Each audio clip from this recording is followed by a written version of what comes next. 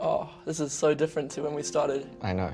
I've never felt like I'm interviewing the president before. There's 1, 2, 3, 4, 5, 6, 7, 8, 9, 10, 11 people. Do you always travel with 11 people these days? I don't. Not always 11. Sometimes 12. I first met Troye on Skype in 2011. We became really good friends, and a few years later, he told me that he wanted to become a singer. I vividly remember walking down Kingsland Road in London with him, fantasizing about him possibly selling out 2 or 3 theatres. Little did we know what he'd go on to achieve, and who he one day would share the stage with. I just wanted to start off by saying, Troye, congratulations. Thanks. You've done incredible for everyone in the community. I'm so proud of like everything that we did on YouTube. Instead of doing the actual challenge where we try and make each other laugh or something like...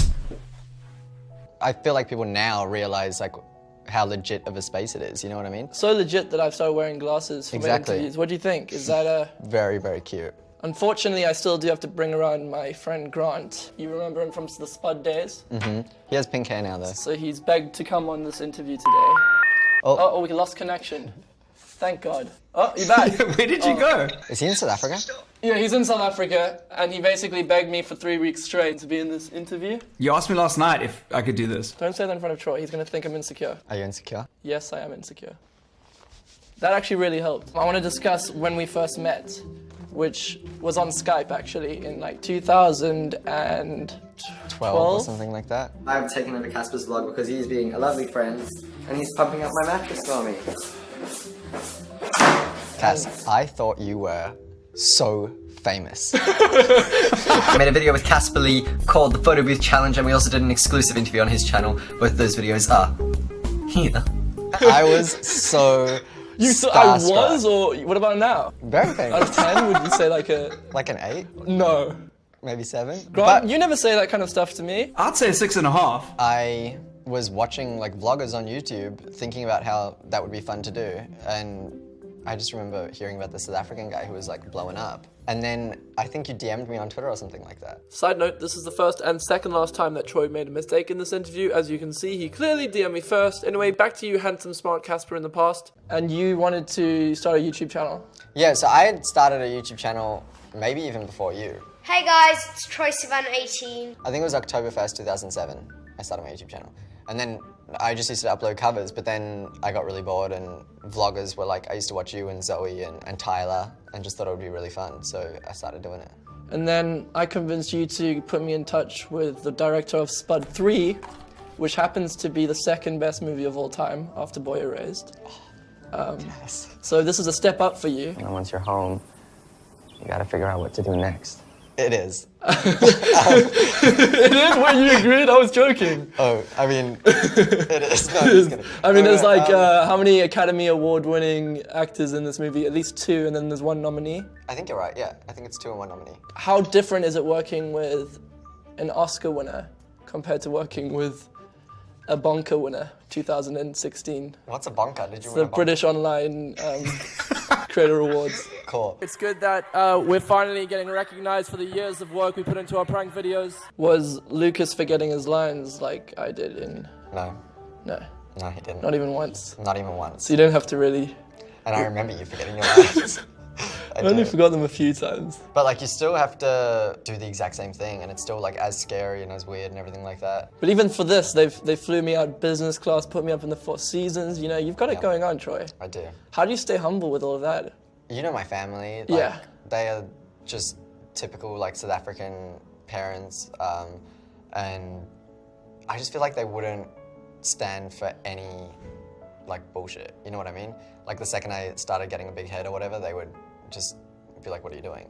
Having my family around, it's so important to me. Well, have you met anyone that you'd admired in the industry and you met them and you were like, oh, well, you're actually not who I thought you would be because you've lost your head?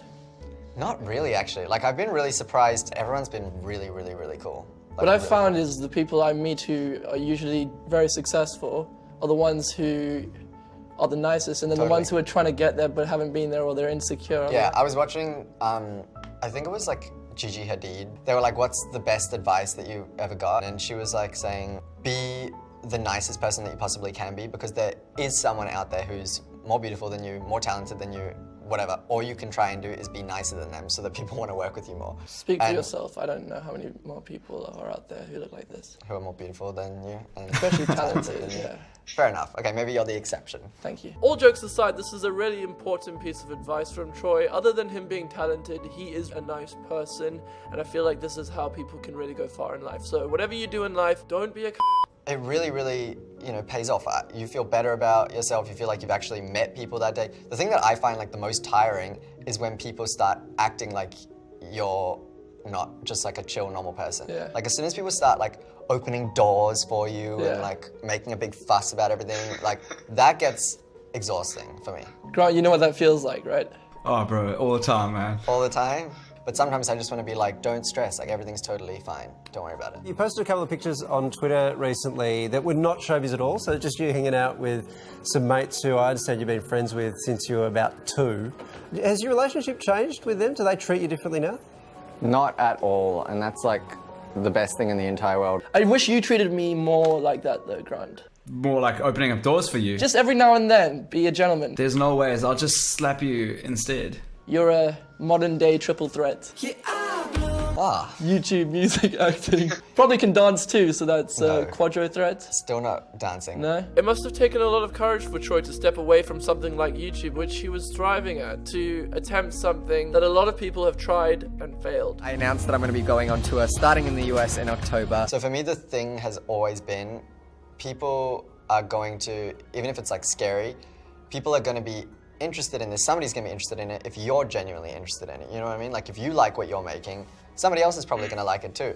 And you have to kind of like trust that. And it's scary. Like I remember when I was making vlogs and stuff like that, and I knew that I wanted to make music and kind of had lost interest in making the vlogs. It was really, really weird to stop because like people were pissed off and stuff. Did you just burp? It's my burp of agreement. Cool. I know how you feel. Yeah. That's what I do when I agree with people. Instead of nodding my head, I just burp. Cool. No, so, I was scared that people were going to be pissed off, and they were for a while, that I wasn't making videos. And Do you think that you would have been able to transition into the musician you are while still being a YouTuber, or do you think you wouldn't have been taken seriously enough? It's interesting, because that's not the reason why I stopped. Like, I didn't stop because I didn't think that people were going to take me seriously. Yeah, because you still uploaded every now and then. Yeah, I just stopped because I was getting busy and wasn't excited to make videos. But it's still a really good question because I actually don't know. This is from Alma Monty.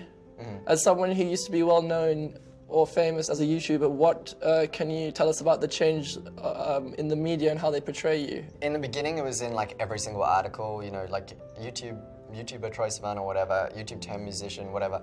And people kind of stopped saying that. I think I had to maybe work a little harder to just like prove like, oh no, I would have been making music regardless of all this YouTube stuff. Yeah. And also it annoyed me because like I said, I've always taken YouTube seriously. Like you know better than anyone else. I told you, Mom, I work. Yeah.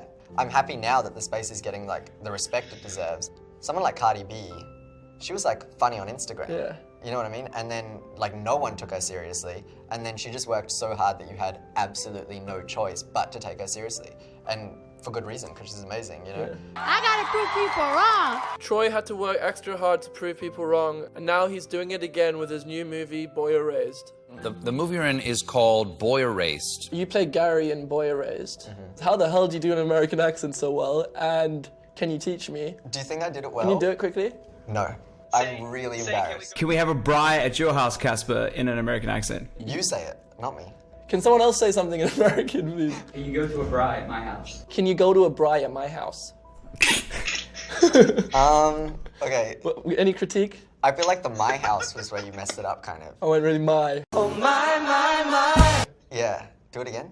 Can we go for a braai at my house? It wasn't that bad. Should we get a vote from the Americans? How was that? It was a solid 3. Thank you. Well, do you think that's enough to get me in the next Focus feature? Boy Erased 2. Obviously, you had to prepare for Gary.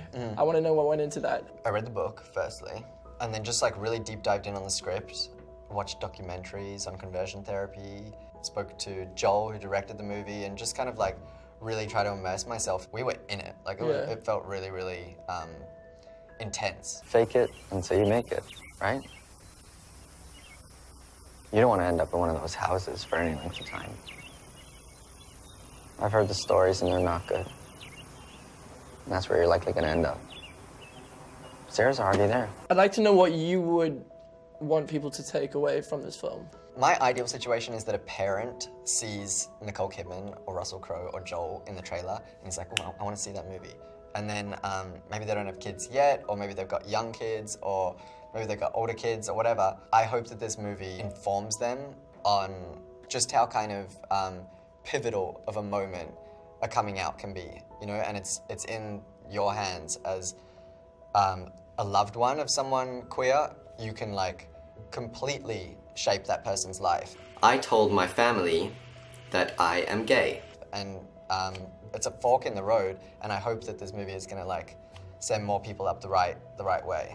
That reminds me of another question I got on Twitter from Hannah Driscoll. She says, coming out seemed to be a key moment in your journey to self-acceptance.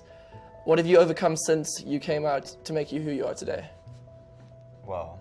Were you at the house in LA when I uploaded my coming out video? So I was trying to think back. Yeah, I was. I was sharing a bedroom with you.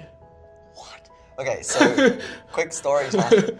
Did you know I was gay? From the first time I ever Skyped you, I kind of you thought, just like clocked it? But I don't remember the actual time you told me. I did from before, you know, Spud and Oh, stuff. I came out to you on Skype. I remember. I chatted it to you. Oh, you typed it to me? Yes. Okay, I would love to see if I could find those. Yeah. And guess who found it on Troy's Twitter? The messages he sent me on iMessage, not Skype. Troy, you gotta get your facts straight. There was this moment where a bunch of us were staying in a house in LA together, and I was out to, I think, Caspar and Jack Harry's. And I think that was it out of the crew. And then I was like, oh guys, I gotta go upload my YouTube video. And I went upstairs and uploaded my coming out video. I want you guys to know that I'm gay. Because that day was the anniversary of my coming out, so I knew I wanted to just like get it done on that day. And then I came back downstairs. Hey, what's up you guys, it's Troye Sivan. That's me. Okay, how the fuck has that just happened? This is probably I wasn't even touching my phone. And everyone had seen, and it was such a crazy moment, because it was like, obviously coming out to one person is such a huge moment. And then to like kill a million birds with one stone, and just like everyone all of a sudden knew, it was the most surreal feeling in the world, walking downstairs and being like, holy shit, like this is public information now. Anyone who wants to know this about me knows this. And it had been such a deep secret for so long, then it was just like over in a second. Have you had to overcome anything since that moment to fully accept who you are? Have there been more hurdles? Yeah, completely. I mean, I think that growing up gay for me made me have a lot of, like, I still have a lot of residual internalized homophobia and stuff like that from just growing up. Like, I remember even when I came out, I was out to my family, but I would still like go to my room and put on headphones to watch like America's Next Top Model, because I thought my parents would think like, oh, that's too gay or whatever, you know, even though I was out to them. It was like just weird stuff that lingered on, and it's still like, will rear its ugly head every now and then. Like, I was shooting a music video for my song Bloom, and in the video I'm like makeup and crazy styling and amazing like hair looks and stuff. And that was 100% what I wanted to do, and I was having the best day ever, but I still had this moment where I like looked in the mirror and I was like, I saw the person looking back at me, and I felt like 14 again, and I got this like pang of panic where I was like, holy shit, am I, you know, really about to do this kind of thing? And you got to constantly like be breaking down those walls that you build up as a kid. And I think it'll probably take me like a whole lifetime to get over all of that. Do you think it's been easier since that time for people? Maybe not, it's a hard question because around the world it's different in different areas, but do you think in the US? I would hope so. You know, I think in general, from what I've felt, it feels like we're on an upward trajectory in the right direction, as far as like representation in the media goes, you know what I mean? There's more like queer artists coming up in music, there's more queer stories being told in film and television, and like all of that stuff is so helpful, because like I really had so little of it growing up, and I remember the moments where like the first time I ever saw a gay character on TV, I remember that moment, you know? And so I think that that'll really, really help people, you know, kind of come to terms with things sooner, and hopefully it's getting easier. And thank you for talking about that. Of course. It's very apparent to me that Troye wants to be part of the solution, and that's why he constantly uses his platform to help others. One of the things I kind of struggle with is getting nervous about doing new things, or... Yeah. How did you deal with moving from your bedroom to going on stage with some of the biggest stars in the world. Even though I know they're real people, but in that moment, I'll start feeling really nervous.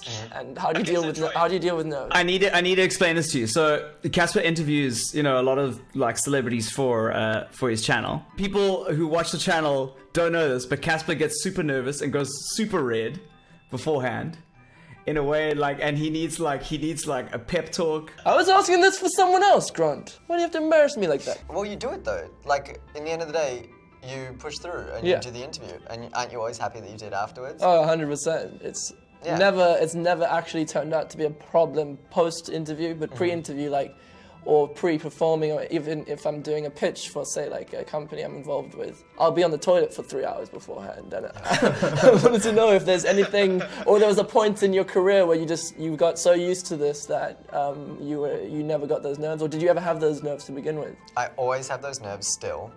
And I think the process of getting nervous, pushing through it, being happy on the other side, you get used to that process, you know what I mean? So then it kind of, it does get easier, I think. But then they can throw the tiniest curveball. Let's say it's one of my shows on my tour. By the 15th show, I feel pretty relaxed. But then all of a sudden the show is outside.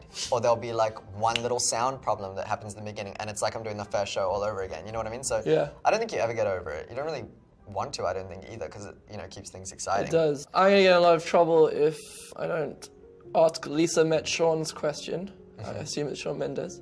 I literally thought my dad. That's probably your dad, actually. Yeah.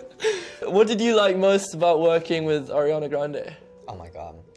Dude, she's so funny.